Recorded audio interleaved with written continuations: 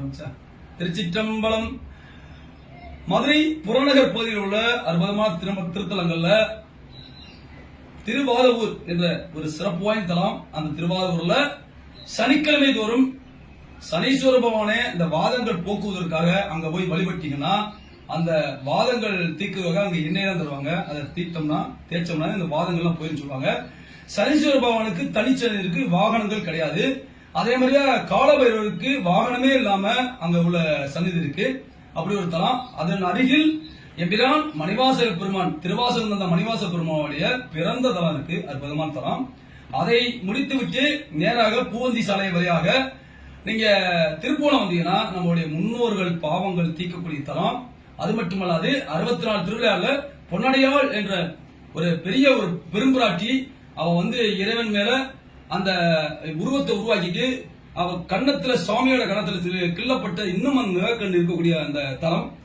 திருஞான சம்பந்தர் அதை மட்டும்னா திருஞான சம்பந்தம் அந்த வைகை ஆற்றங்கள்ல இறங்கும் போது சுவாமியோட திருவிளையாடல் நடக்குது. அங்க வைகை ஆறு முழுக்க முழுக்க சிவலிங்கமா மாறுது. உடனே வைகை அக்கறை எழுந்திக்கிற வரமலே ரொம்ப வருத்தப்படுறாரு. அதன் பிறகு இறைவனுடைய திருவருள் கிடைத்து அது பூரா பூவாக மாறி திருப்புவனம்ங்கிறது தஞ்சாவூர் பகுதியில் திருப்புவனம். அப்படிப்பட்ட ஒரு சிறப்பு தலம். அதனால இந்த அளவு சொன்னா கூட சிவலிங்கம் கிடைக்கும். அங்கிருந்து நரிக்குடி வழியாக நம்ம திருச்சுழி வந்தீங்கன்னா தீர்க்கவே முடியாத பிரச்சனைகள் சுழல்ல மாட்டிக்கிட்டோம்னா தீர்க்கவே முடியாம இருப்போம். அந்த ஆலயம் போனீங்கன்னா பூமிநாத சுவாமி ஆலயம் அற்புதமா அந்த பிரச்சனை எல்லாம் தீரும். அங்க பகவான் ரமண மகர்ஷியோட அந்த பிறந்த இடம் இருக்கு, அதையும் காணலாம். அதை விட்டு அப்படி நீங்க முழுக்க முழுக்க திருமங்கலம் வந்தீங்கன்னா திருமண தடையில் நீக்கக்கூடிய தலம். அங்க அம்பாளுக்கு சுவாமிக்கு மதுரை திருக்கல் நடந்த மாங்கல்யம் கொடுத்த இடம் திருமங்கலம்.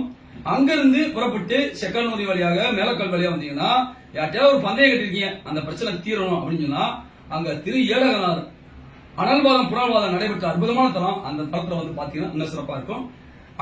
அதுக்கு அருகிலே அதாவது அருளாளர் சட்டநட்சத்திரோடைய அந்த ஜோதி ரூமா காட்சிக்கூடிய இடம் இருக்கு, கோயில் இருக்கு. அதையுமே பாத்துக்கலாம். அப்படியே நீங்க மதுரை வந்துடலாம். மற்றும் நேரத்தை சந்திப்போம். சிவாய நம திருச்சிற்றம்பலம்.